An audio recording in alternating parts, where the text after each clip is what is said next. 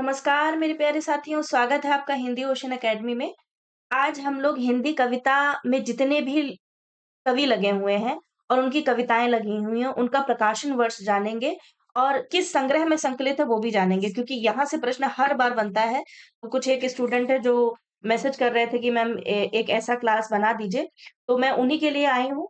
और अगर आपको ये पीडीएफ नोट्स चाहिए, है ना? तो ये जो स्क्रीन पर नंबर चल रहा है नीचे 7209973250 ये पीडीएफ आप फ्री में प्राप्त कर सकते हैं। इस नंबर पे आपको व्हाट्सएप करना होगा, ठीक है?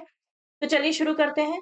पृथ्वीराज रासो ये कब आया था? 16वीं शताब्दी में। रेवा तट इसका पड़ना है, 27वां सर्ग है, ठीक है? चंद बरदाई जी की रचना है पृथ्वीराज रासो। अमीर खुसरो 1253 में इनका जन्म होता है। खुसरो की पहेली और मुकरिया के नाम से है। 1286 इसका प्रकाशन वर्ष ठहरता है। विद्यापति की पदावली, विद्यापति जी का जन्म है 1352। संपादक डॉक्टर नरेंद्र झा इनकी पुस्तक है। पद संख्या आपको 1 से लेकर 25 तक पढ़ना है। कबीर इनका जन्म है 1398 ईस्वी। संपादक हजारी प्रसाद द्विवेदी, पद संख्या 160 से 209 पढ़नी है। ये सिलेबस में सारी ही कविताएं आपकी हैं। जो जहां से प्रश्न बनता है कबीर से तो बनता ही बनता है। ये कबीर मैंने पूरे पूरे पद पढ़ाए हुए हैं। एप्लीकेशन में आप देखेंगे जो बच्चे पेड वाले बच्चे हैं उन्होंने इस कविता को पढ़ भी लिया होगा और अपने नोट्स भी बना लिए होंगे। और साथ ही साथ जो शब्द अर्थ वाली सीरीज मैंने आपको कराई थी वो भी आपने क्लास देख ली होगी। ठीक है। जायसी 1470 में इनका जन्म होता है। ग्रंथा जायसी ग्रंथावली है। संपादक कौन है इस पुस्तक के? रामचंद्र शुक्ल जी। और आपके सिलेबस में सिर्फ आपको नागमती वियोग खंड पढ़ना है। सूरदास इनका जन्म होता है 1478 में। भ्रमर गीत सार रामचंद्र शुक्ल इसके संपादक है। पद संख्या 21 से लेकर 70 तक आपको पढ़ना। फिर तुलसीदास इस 7 कांड में 1532 में इनका जन्म होता है और सिर्फ रामचरितमानस का इनको उत्तरकांड पढ़ना है, ठीक है? उत्तरकांड जो कि आखिरी कांड है और कितने टोटल कांड है इसमें? 7 कांड है और आपको सातों कांडों में से सिर्फ 1 कांड पढ़ना है उत्तरकांड। बिहारी 1595 इनका जन्म होता है। बिहारी सतसई इनकी रचना है। जगन्नाथ दास रत्नाकर के संपादक है इस पुस्तक के। दोहा संख्या 1 से लेकर 50 तक आपको पढ़ना है। घनानंद 1673 में इनका जन्म होता है। घनानंद कवित्त संपादक है विश्वनाथ प्रसाद मिश्र। कवित्त संख्या 1 से लेकर 30 तक आपको पढ़ना है। मीरा 1503 में इनका जन्म होता है। संपादक विश्वनाथ त्रिपाठी है। प्रारंभ से मतलब पद संख्या 1 से 20 पद आपको पढ़ने हैं। अयोध्या सिंह उपाध्याय हरिऔध 1865 में इनका जन्म है। प्रिय प्रवास कब आई थी? 1914। अब यहाँ से बहुत इंपॉर्टेंट हो जाता है। ये तो सारी आपकी आदिकालीन रचनाएं हो गई, ठीक है, जिसमें आपकी भक्तिकाल, रीतिकाल, आदिकाल ये तीनों ही रचनाकारों की कविताएं हैं, जिनका प्रकाशन वर्ष आपने देख लिया और कौन सी कविता किस किस पद संख्या तक आपको पढ़नी है ये देख लिया। जन्म वर्ष इनका क्या है इन कवियों का ये देख लिया। अब जो अयोध्या सिंह उपाध्याय हरिऔध है यहाँ से आप लोगों को इनका जन्म वर्ष और उनकी कविता को पढ़ेंगे। इनकी कविता का रचना काल जानेंगे कि कब ये रचना आई थी। मैथिली शरण गुप्त 1886 में इनका जन्म होता है। इनकी 2 कविताएं आपको पढ़नी है, भारत भारती और दूसरी साकेत। साकेत पूरा नहीं पढ़ना है, सिर्फ नवम नवम सर्ग पढ़ना है। भारत भारती का प्रकाशन वर्ष 1912 है और साकेत का प्रकाशन वर्ष 1931 है। जयशंकर प्रसाद इनका जन्म होता है 1889 में, 1889। इनकी 2 कविताएं पढ़नी है, एक आंसू और दूसरा कामायनी। प्रबंध काव्य है। 1925 में आंसू का प्रकाशन वर्ष है और कामायनी में भी आपको 15 सर्ग लगे हैं। 15 सर्ग आपको नहीं पढ़ने हैं, लेकिन आपको 3 सर्ग पढ़ने हैं, श्रद्धा, लज्जा और ईरा। इसका प्रकाशन वर्ष 1935 है और 15 सर्ग का क्रम आपको जरूर याद होना चाहिए क्योंकि क्रम से प्रश्न कहीं न कहीं हर दूसरे तीसरे साल में आपको देखने को मिलता है प्रश्न के रूप में। निराला, इनकी 6 कविताएँ हैं। 1899 में इनका जन्म हुआ था। जूही की गली, जागो फिर एक बार, सरोज स्मृति, राम की शक्ति पूजा, कुकुर मुत्ता और बांधो न नाव इष्ठाओ बंधु। 6 कविताएँ हैं। सबसे ज़्यादा कविताएँ आपको इन्हीं की पढ़ने को मिलेंगी। एक निराला जी हो गए और दूसरे नागार्जुन जी हो गए, ठीक है? जूही की कली इसका प्रकाशन वर्ष अगर स्वतंत्र रूप से देखें तो 1916 में आता है। परिमल 1930 में परिमल संग्रह में संग्रहित है जूही की कली, ये याद रखिएगा। 1930 इसका समय है परिमल का। जागो फिर एक बार ये भी परिमल काव्य संग्रह में संकलित है। 1930 इसका प्रकाशन वर्ष है। सरोज स्मृति 1935 में आई थी स्वतंत्र रूप से, फिर अनामिका काव्य संग्रह में संकलित की गई 1938 में। याद कर लीजिए, बहुत इंपॉर्टेंट ये क्लास है क्योंकि यहाँ से प्रश्न बनता है काव्य किस ये जो कविता है किस काव्य संग्रह में संकलित है। राम की शक्ति पूजा 1936 में आई थी। ये अनामिका काव्य संग्रह में संग्रहित है, 1938 में आई थी। कुकुरमुत्ता 1941 में आई थी। कुकुरमुत्ता का अगर प्रकाशन काव्य संग्रह देखिए तो काव्य संग्रह भी कुकुरमुत्ता नाम से ही है। 1943 में ये काव्य संग्रह आया था। बांधो न नाव इष्ठाव बंधु ये अर्चना काव्य संग्रह में है, 1950 में ये संकलित की गई थी अर्चना काव्य संग्रह में। ठीक है, तो ये निराला जी की चर्चा हो गई, उनकी कविताओं की चर्चा हो गई। अब सुमित्रा नंदन पंत, इनका जन्म वर्ष तो सभी लोगों को याद होगा, 1900 ईस्वी में इनका जन्म होता है। इनकी 2 कविताएँ आपको पढ़नी है, नहीं 3 कविताएँ पढ़नी है, परिवर्तन, दूसरी प्रथम रश्मि और तीसरी द्रुत झरो जगत के जीवन पर पत्र। तो परिवर्तन कविता स्वतंत्र रूप से 1924 में आई थी, ये पल्लव काव्य संग्रह में संकलित है, याद रखिएगा 1928 में। प्रथम रश्मि 1919 में आई थी स्वतंत्र रूप से और वीणा काव्य संग्रह में संकलित है 1927 में। ये याद रखिएगा, प्रथम रश्मि जो है वो वीणा काव्य संग्रह में संकलित है। द्रुत झरो जगत के जीर्ण पत्र 1934 में आई थी, युगांत काव्य संग्रह में संकलित है जिसका प्रकाशन है 1936। ठीक है, द्रुत झरो किसमें संकलित है? युगांत में। प्रथम रश्मि किसमें संकलित है? वीणा में। और परिवर्तन किसमें सम्मिलित है? किस काव्य संग्रह में सम्मिलित है? वो है पल्लव में। ठीक है, ये तीनों ही अलग अलग काव्य संग्रह की कविताएं हैं, इसको ध्यान में रखिएगा। अब आते हैं महादेवी वर्मा। महादेवी वर्मा 1907 में इनका जन्म होता है।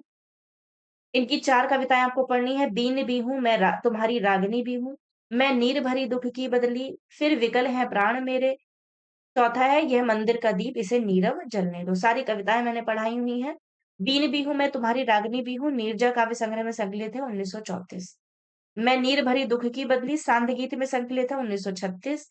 फिर विकल हैं प्राण मेरे ये भी सांध्य गीत में संकलित है 1936। और यह मंदिर का दीप इसे नीरव जलने दो ये दीप शिखा काव्य संग्रह में संकलित है जिसका प्रकाशन है 1942।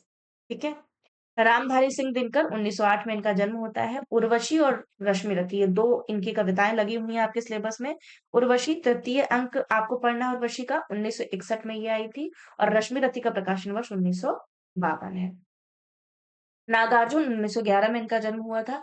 कालिदास बादल को घिरते देखा है, अकाल और उसके बाद, खुरदरे पैर, शासन की बंदूक, मनुष्यों, ये 6 कविताएं आपको पढ़नी है नागार्जुन जी की और 6 ही कविताएं आपको निराला जी की पढ़नी है। कालिदास सच सच बतलाना है ना इनकी कविता है। सतरंगे पंखों वाली में संकलित है जिसका प्रकाशन काल है 1959। बादल को घिरते देखा है युगधारा में संकलित है 1953 इसका समय है। अकाल और उसके बाद सतरंगे पंखों वाली में संकलित है 1959। खुरदरे पैर सतरंगे पंखों वाली में संकलित है 1959। शासन की बंदूक इसका कोई ये स्वतंत्र रूप से आई आई हुई कविता है, किसी काव्य संग्रह में संकलित नहीं 1966 में। मनुष्य हूँ ये युगधारा में संकलित है 1953। ठीक है, हो सकता है किसी काव्य संग्रह में हो, लेकिन मुझे तो इसका काव्य संग्रह नहीं मिला शासन की बंदूक। अगर आपको मिलता है तो आप लोग जरूर बताइएगा। ठीक है, तो मनुष्यों किसमें संकलित है? युगधारा में 1953 में। अब बढ़ते हैं अगले कवि अज्ञे जी। ठीक है, सच्चिदानंद हीरानंद वात्स्यानंद अज्ञे, इनका जन्म है 1911। इनकी आपको 5 कविताएं पढ़नी है। कलगी बाजरे की 1949 में ये आई थी कविता और किस काव्य संग्रह में संकलित है? हरी घास पर क्षण भर में। इसका भी प्रकाशन काल 1949 है। यह दीप अकेला 1952 में आई थी। बावरा अहेरी में संकलित की गई कविता है यह दीप अकेला, 1954 इसका समय है। तीसरा है हरी घास पर क्षणभर 1949 में आई थी। ये भी हरी घास पर क्षणभर में ही काव्य संग्रह में संकलित है। असाध्य वीरा बहुत इंपॉर्टेंट है, असाध्य वीणा कविता वेरी वेरी इंपॉर्टेंट। और इस कविता को बिना पढ़े आपको परीक्षा में नहीं बैठना, ये मान के चलिए यहाँ से प्रश्न हर बार पूछा जाता है। एक असाध्य वीणा और एक राम की शक्ति पूजा, ये 2 कविताएं बहुत ज्यादा इंपॉर्टेंट है परीक्षा के दृष्टिकोण से।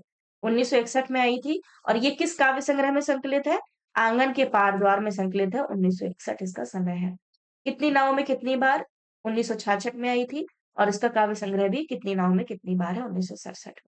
ठीक है, आपको जो याद करना है सबसे पहले असाध्य वीणा किसमें है? आंगन के पार द्वार। और हरी घास में तो हरी घास ये सेम हो गया, कितनी नाव में भी सेम हो गया। यह दीप अकेला ये बावरा अहेरी में संकलित है और कलगी बाजरे की ये 2 ये भी आपकी हरी घास पर क्षण भर में संकलित है। 1-2 बार पढ़ेंगे ना तो आपको याद हो जाएगा। अब बढ़ते हैं अगले कवि भवानी प्रसाद मिश्र। 1913 गीत फरोश और सतपुड़ा के जंगल, इन दोनों ही कविताएं इंपॉर्टेंट है। गीत फरोश काव्य संग्रह में संकलित है 1956 और सतपुड़ा के जंगल ये भी गीत फरोश में ही संकलित की गई कविता है 1956। अगले कवि मुक्तिबोध है 1917 में इनका जन्म होता है मुक्तिबोध जी का। भूल गलती, ब्रह्म राक्षस और अंधेरे में तीनों ही कविताएं बहुत इंपॉर्टेंट है। देखिए आदिकालीन कविताएं अगर आपको नहीं पढ़ी तो कोई बात नहीं, लेकिन जो समकालीन कविताओं की कवियों की कविताएं लगी हुई हैं उनको तो आपको एक बार कम से कम रीडिंग जरूर कर लेनी है। मतलब पढ़ ज़रूर लेना है, भले ही आप व्याख्या जाने, समझे या ना समझे, पढ़ लेना है। और जो कबीर वाली कविता है, कबीर के जो पद लगे हुए हैं, उसके जो शब्द अर्थ हैं, जो मूल किताब में शब्द अर्थ दिए गए हैं, उन शब्द अर्थ को एक बार रिविज़न कर लेना है, ठीक है? सोनहा का अर्थ पूछ लिया जाता है। अब तो हो सकता है कि मैला आँचल में जैसे मैंने कल आपको मैला आँचल के शब्द अर्थ कठिन करवा दिए हैं। तो इस प्रकार से जैसे ही आपकी क्वेरीज़ आती हैं, मैं पू सोचती हूँ कि अब उन्हीं क्वेरीज़ के ऊपर एक वीडियो बना दिया जाए ताकि आपकी भी हेल्प हो जाए, क्योंकि पढ़ा तो सबने सब कुछ है ना? इस प्रकार से प्रश्न अगर आप हल कर लेते हैं, इस प्रकार से आप अगर तैयारी कर लेते हैं, तो प्रश्न को हल करना बहुत ईज़ी हो जाएगा। अगले कवि हैं धूमिल, ठीक है? तो टोटल आपके अगर देखा जाए तो यूनिट 5 में 22 कवि लगे हुए हैं। आखिरी कवि ये सुदामा पांडे धूमिल हैं। 1936 में इनका जन्म हुआ था। नक्सलवाड़ी एक इनकी कविता है, संसद से सड़क तक 1972 में ये काव्य संग्रह में संकलित की गई है।